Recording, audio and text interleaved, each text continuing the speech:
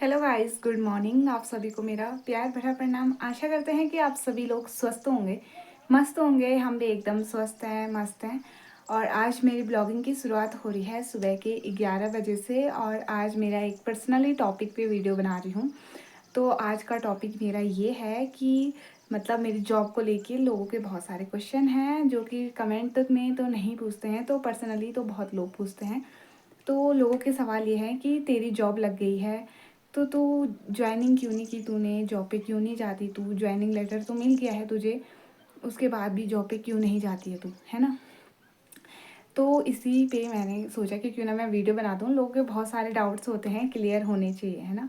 और आप इतना प्यार सपोर्ट बनाते हो तो मैं आपके लिए इतना तो कर ही सकती हूँ कि आपको मेरी हर एक चीज़ के बारे में पता हो। तो मैं सबसे पहले आप लोगों को आज अपनी जॉब की जर्नी भी बता देती हूँ कि क्या क्या किया मैंने, कैसे मेरी जॉब लगी और अभी तक क्या क्या कर रही हूँ जॉब को लेके। तो सबसे पहले जो फॉर्म फिलअप हुए थे वो हुए थे जनवरी में।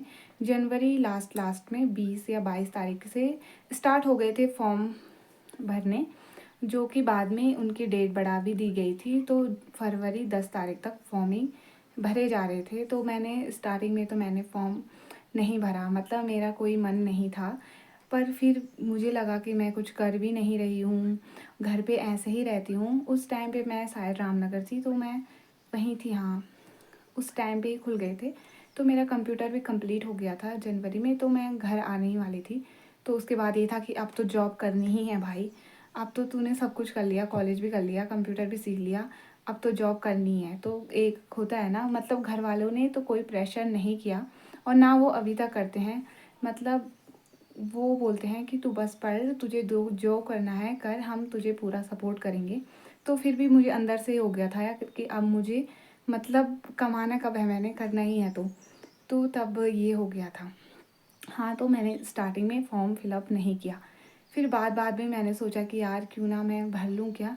ये भी था उस जॉब से, मतलब आप सभी को पता ही होगा कि उस जॉब से इतनी सैलरी तो है नहीं, पर उससे ये काफ़ी बेनिफिट है कि एक तो है घर की जॉब, ऊपर से है कि मम्मी अकेली है तो मैं मम्मी के साथ ही रहना चाहती हूँ। मतलब मुझे शुरू से ही ऐसा कुछ चाहिए था कि मैं मम्मी का ध्यान भी रखूँ, अपना फ़र्ज़ भी निभाऊँ और थोड़ी सी कुछ फाइनेंशियली हेल्प भी हो जाए तो और भी अच्छी बात है। तो मैंने यही सोच के फॉर्म भरा था सच में। बाकी मुझे ऐसा कोई वो नहीं था। बाकी नहीं तो आपको भी पता है कि जितनी एजुकेशन के हिसाब से तो वो जॉब कुछ भी नहीं है। मतलब बहुत से लोगों ने मुझे बोला भी कि तूने क्यों ही भरा होगा फॉर्म, की मतलब तेरे लेवल का नहीं है। पर कोई बात नहीं, हर चीज़ की शुरुआत जीरो से ही होती है। मेरे घर वालों ने तो यही सिखाया है कि छोटों से छोटी चीज़ से शुरुआत करेगी तो तभी कुछ बड़ा होगा। और मैं भी यही मानती हूँ कि जीरो से शुरू करूँगी तो तभी कभी ना कभी एक पे तो पहुँच ही पाऊँगी। तो तब जाके और फिर मैंने चलो भर ही दिया फॉर्म जैसे तैसे। तो उसके बाद फॉर्म भरा तो मतलब उसका रिज़ल्ट ही नहीं आया। जनवरी हो गया, फरवरी हो गया, मार्च हो गया और अप्रैल हो गया, है ना। तो उसका रिज़ल्ट नहीं आया, 2-3 महीने चले गए। उसके बाद मुझे ये था कि अब मुझे जॉब पे जाना ही जाना है। और घर वालों ने भी बोला कि अब तुझे जाना है तो जा। मतलब मेरी एक दोस्त है तो उसने कहा कि यहाँ आ जा देहरादून, साथ में रूम वूम लेते हैं और जॉब करते हैं। तो मतलब एक अंदर से ये भी था यार कि अगर मैं जॉब पे जाऊँ, उसके बाद रिज़ल्ट आ गया तो मैं क्या करूँगी, फिर मुझे वापस ही आना है। तो तब जाके मैं मतलब मैंने कहा 10 दिन रुक जाओ, 20 दिन रुक जाओ। तो तब भी यही चल रहा था, डगमग डगमग डगमग वाला सीन, है ना। तो तब जाके क्या हो गया कि ऐसे ही जनवरी फरवरी मार्च अप्रैल चले ही गए। और फिर आया मई। तो मई 20 तारीख, हाँ शायद मई 20 तारीख मेरा रिज़ल्ट आया था। तो चलो फिर ये हुआ कि चलो आ ही गया रिज़ल्ट फाइनली। और फिर मतलब ये भी था कि एक दो और लोगों ने फॉर्म भरा था, तो ये था कि मतलब आएगा ही नहीं आएगा। घर वालों को था कि चल नहीं होगा, तो मुझे था कि हाँ हाँ हो जाएगा, तो मैं रुक जाती हूँ। नहीं तो घर वालों को था कि क्या ही लगी है तू इस चीज़ के पीछे, होगा कि नहीं होगा, रिज़ल्ट भी आएगा कि नहीं आएगा और तेरा होगा कि नहीं होगा, है ना। तो तब जाके हो ही गया। तो मेरिट के हिसाब से बने थे ना, मेरिट के हिसाब से बना था। मतलब जिसका भी नंबर आया हो तो मेरिट के हिसाब से था। तो मेरे 10th 12th और ग्रेजुएशन में सही नंबर थे। और लोगों के भी अच्छे थे, ऐसे नहीं बोल रही, पर ये है। तो मेरिट के हिसाब से मतलब मेरा नंबर आया है जॉब में।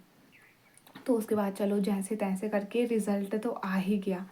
फिर क्या हुआ, हाँ रिज़ल्ट आया, फिर ज्वाइनिंग लेटर ही नहीं आया। मतलब 10 दिन हो गए, 20 दिन हो गए, 1 महीना होने वाला था, तब जाके 1 महीने बाद 20 मई को मेरा रिज़ल्ट आया। और 20 जून को ही मतलब मुझे ज्वाइनिंग लेटर भी मिल गया था। आपने देखा ही होगा कि जब मैं श्रीनगर गई थी ज्वाइनिंग लेटर के लिए, हाँ तो 1 महीने बाद मतलब मुझे ज्वाइनिंग लेटर तब मिला। भाई मतलब तब भी ये हो गया था घर वालों को कि तेरा ज्वाइनिंग लेटर आएगा कि नहीं आएगा, रिज़ल्ट भी बल तेरा ऐसे ही है, हो ही जाता है घर वालों को, हैं। और तब जाके हाँ फिर ज्वाइनिंग लेटर मिल गया था मुझे 20 जून को, फाइनली ज्वाइनिंग लेटर भी मिल गया। उसके बाद मतलब एक एक चीज़ का इतना बड़ा वेट करो फिर जाके मिल रही है, खुशी तब हो रही है, पर जो इतना ज़्यादा अंदर से होता है ना, क्या ही बोले। उसके बाद चलो अब ज्वाइनिंग लेटर मिल गया, तो उन्होंने कहा था उस दिन 20 जून को सैटरडे या फ्राइडे था, हैं।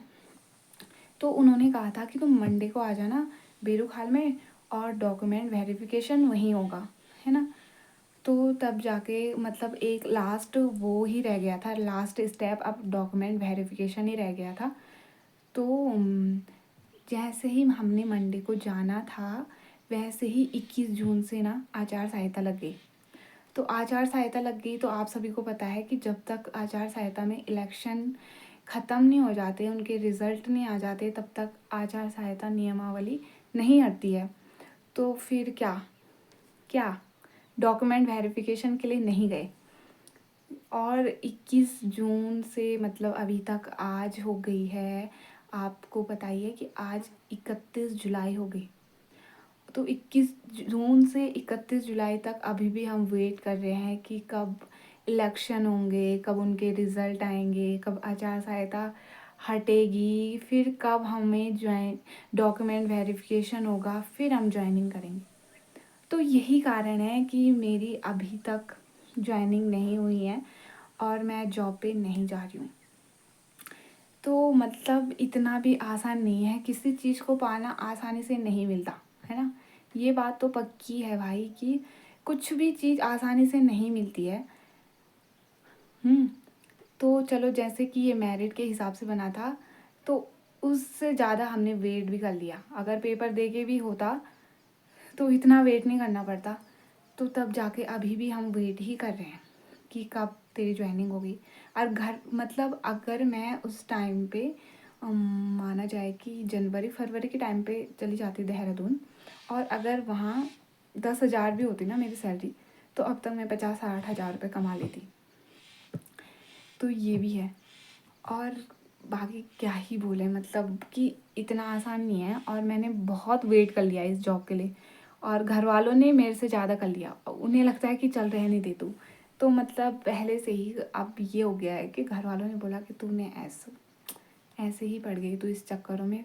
पर कोई बात नहीं, जहाँ मैंने जनवरी से लेके जुलाई 7 महीने वेट कर लिए हैं, वहाँ मैं थोड़ा सा और वेट कर लेती हूँ।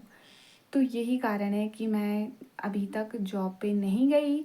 और आप सब लोगों के और भी कुछ डाउट्स होंगे तो आप लोग कमेंट सेक्शन में बता सकते हैं मुझे, है ना, किसी भी चीज़ को लेके, तो मैं आप लोगों को वहाँ रिप्लाई ज़रूर करूँगी। तो यही थी मेरी जॉब की जर्नी, और यही है आप सभी लोगों के सवालों का जवाब। तो आप सभी लोग ऐसे ही अपना प्यार सपोर्ट बनाए रखना। और फिर इस जॉब को लेके ये है कि मतलब मैं घर पे हूँ, सबसे अच्छी खुशी की बात है कि मैं घर पे हूँ, और फिर मेरे घर वाले मुझे मतलब घर वाले हो जो भी हो यही सिखाते हैं कि मतलब मैंने जब बोला कि मुझे फॉर्म नहीं भरना, मैंने कहा छोड़ो यार, क्या लगे हो इन चीज़ों के पीछे, क्या ही फ़ायदा है। मतलब जब शादी होगी तो फिर मुझे रिज़ाइन तो देना ही है ना, क्योंकि अब फिर इतनी दूर से कहीं भी हो शादी तो तब तो आ नहीं सकती। तो तब जाके मैंने कहा कि छोड़ो ना, क्या लगे हो इस चीज़ों के पीछे। तो घर वालों ने किया, सबसे बड़ी सपोर्टिव है मेरी दी, फिर मम्मी और भाई। पर दी सबसे ज़्यादा सपोर्टिव है हर चीज़ के पीछे। भाई अगर जहाँ मैं कहूँ ना, तो वहाँ मेरी दीदी कहती है कि हाँ तुझे करना ही है।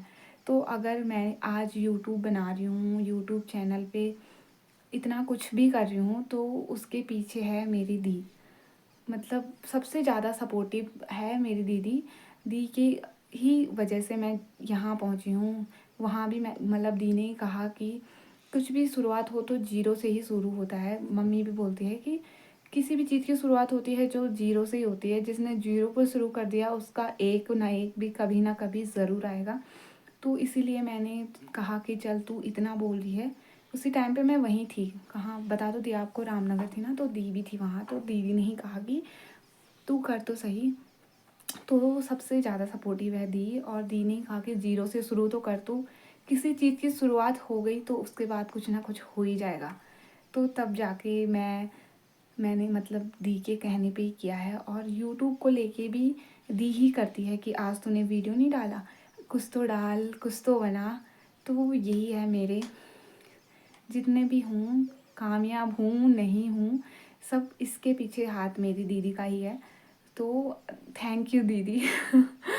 तो तब जाके तो यही है मेरी जॉब की जर्नी। आई होप आप सभी लोगों को यह वीडियो पसंद आया हो तो लाइक करें, कमेंट करें और ज़्यादा से ज़्यादा शेयर करें।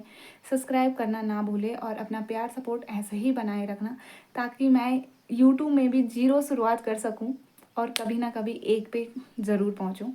तो आप लोगों ने मुझे इतना टाइम दिया, मेरी वीडियो देखी, thank you, thanks for watching. आप अपना ख्याल रखना। कल मिलते हैं फिर एक नई वीडियो के साथ। तब तक के लिए बाय।